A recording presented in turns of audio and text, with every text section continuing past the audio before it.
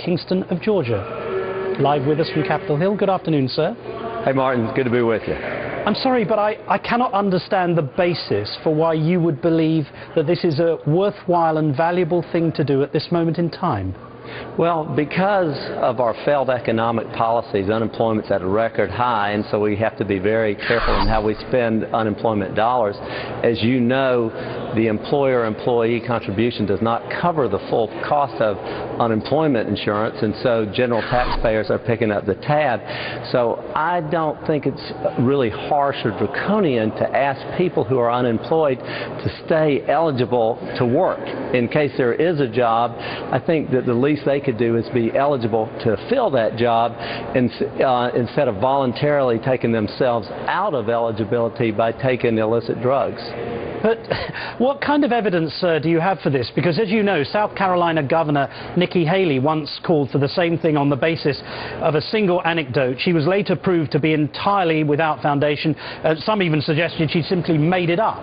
So what evidence do you have that the 14 million Americans currently out of work are abusing drugs? I certainly would not say it's 14 million, and I did not know it got that high under Obama. I know it really is high, and these policies have been a big problem. But when you consider that for every dollar we spend, 40 cents is borrowed because of the Obama deficit. So what we're trying to say is, you know, while you're spending these dollars... I understand the point you're making, sir, and you've just made it. The question I'm asking you is slightly different. I'm asking you for the evidence you have that proves that unemployed people are using drugs. That's all I'm asking. I have had 6 listening sessions in which I have had hundreds of employers, and I say to them, rather than no slideshow, no speech, I don't tee it up except for with one question. And the question is, what would it take for you to hire somebody at the end of the day? Now, as a Republican, I thought they were going to say EPA's killing me, Obamacare is a horrible thing. I did not find that. I found in meeting after meeting, town after town,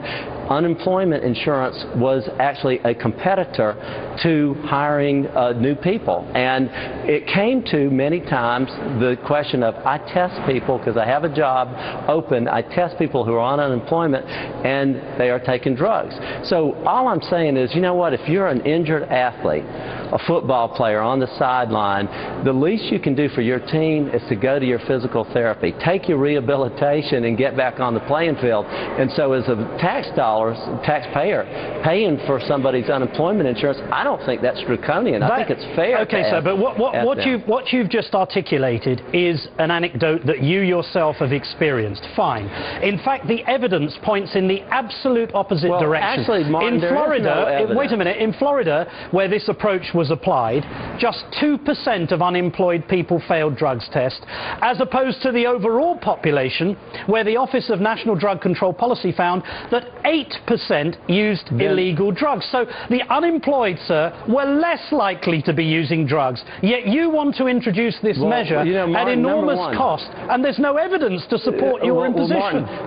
Number one, we will have a hearing if there is no evidence. And I have to say that the stories that I heard were confirmed by lots and lots of members of Congress. 2% in Florida. 2% in Florida. Well, actually, that was welfare. I'm talking about unemployment insurance. And if it is only 2%, great, we have no problem. What I don't understand on the left is why you guys are so afraid to have hearings, to have a discussion.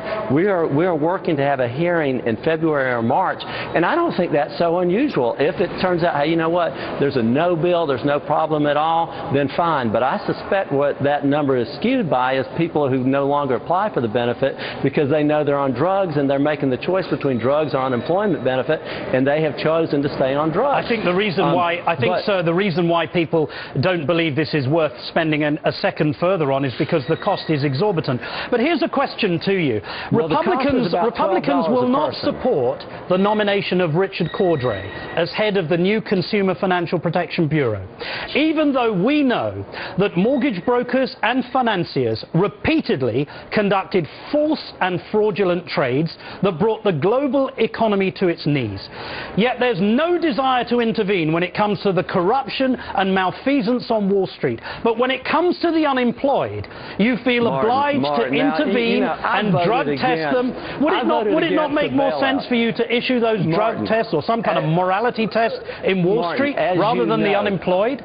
Martin, as you know, I voted against the bailout. I voted against the Fannie Mae and the Freddie Mac bailout. I voted against the Bush stimulus plan and the Obama stimulus plan. I agree with you. It all needs more scrutiny. There's a lot of corruption on Wall Street. We have to crack down on it. Fannie Mae and Freddie Mac, no question about it. We need to crack down on it. But I'm saying, you know, in a civil society, can we not have a dialogue to say, you know, if you're going to get unemployment dollars from the general taxpayer funds, let's find out if drug use is a common barrier for you getting a job, or maybe it's not. And you know what? If I'm totally wrong, Martin, I hope I can come back on your show and tell the folks that I am. I don't think I'm going to find that out. I think these hearings are going to be productive. And I hope, taking it step by step, by the way, it's not a urine test, it's a drug screening test, which is non-invasive. It's actually a written test, and if you fail that, it's got a 94% accuracy rate. If you fail that, then you do take a more invasive urine test. Congressman Jack Kingston, I'd be delighted if you were to come back in the future. I'm afraid we've run out of time, but thank you so much for coming on. I'll look